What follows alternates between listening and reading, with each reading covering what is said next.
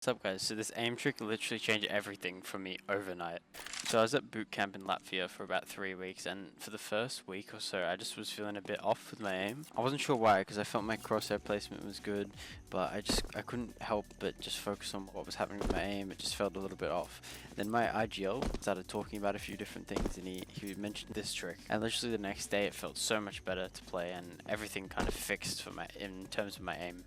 So what I was doing wrong was I was focusing on my crosshair placement and keeping my crosshair at head level. Now everyone says, okay, keep your crosshair at head level, get your crosshair placement good. This kind of goes off that a little bit. Now I think your crosshair placement is important, but I don't think it's as important as it was in CS2 because of how quick people move and how the movement is now, and how quick people can crouch and donk slide and strafe back, left, right.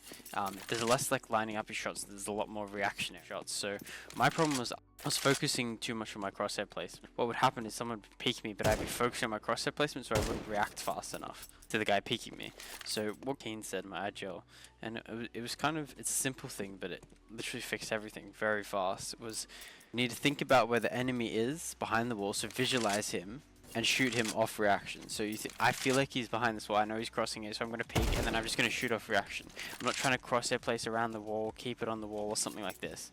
You need to just be able to shoot off reaction. This is how you get into flow state in terms of your aim, because I found when you focus too much on your aim, you get out of like thinking about the macro, then you die more, and then you can't get in flow state. You look at Monacy example, watch any of his clips, he's just not thinking about his aim at all. He's just jumping around, flying around with the orb, just jumping around corners, peeking, shooting.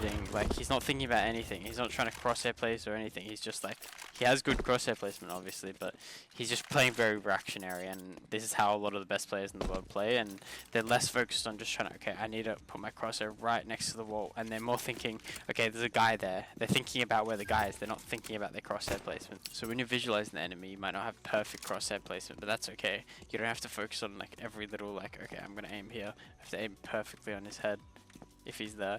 It's just like, okay, I know the enemy's there, I'm gonna peek him. Right? It just feels so much quicker. I'm just gonna counter strafe him quick. It's just visualizing the enemies through the walls instead of focusing on your crosshair and making it have to be at head level. So if you're going to play this way, you're not going to play super crosshair placement on the wall, ready to headshot. You might have to do flicks sometimes. In CS2, you're going to have to do flicks. In CSGO, you could be a bit more crosshair placement, you could have a lot lower sense, and you could just rely on your crosshair placement and hold angles and peek the angles, cut them. But now it's a lot more flow, it's a lot more wide swinging, moving like this. So you've had a lot of aimers, they can go left and right, and they're just insane at going left and right, and they can just insta-kill people. But then as soon as they do up and down movements, they just miss, because their up and down aim isn't that good. So you need to have really strong up and down aim as well.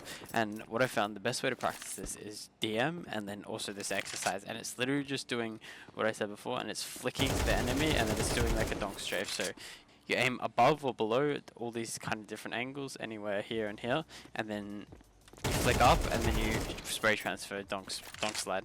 So you can do it simple first. You can counter strafe, kill, and try and go straight to their head. Counter strafe, kill.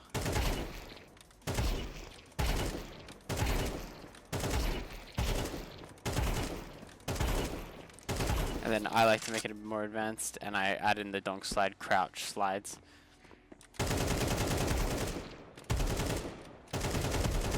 And I add in the spray transfers, but you can just kill one guy and stop.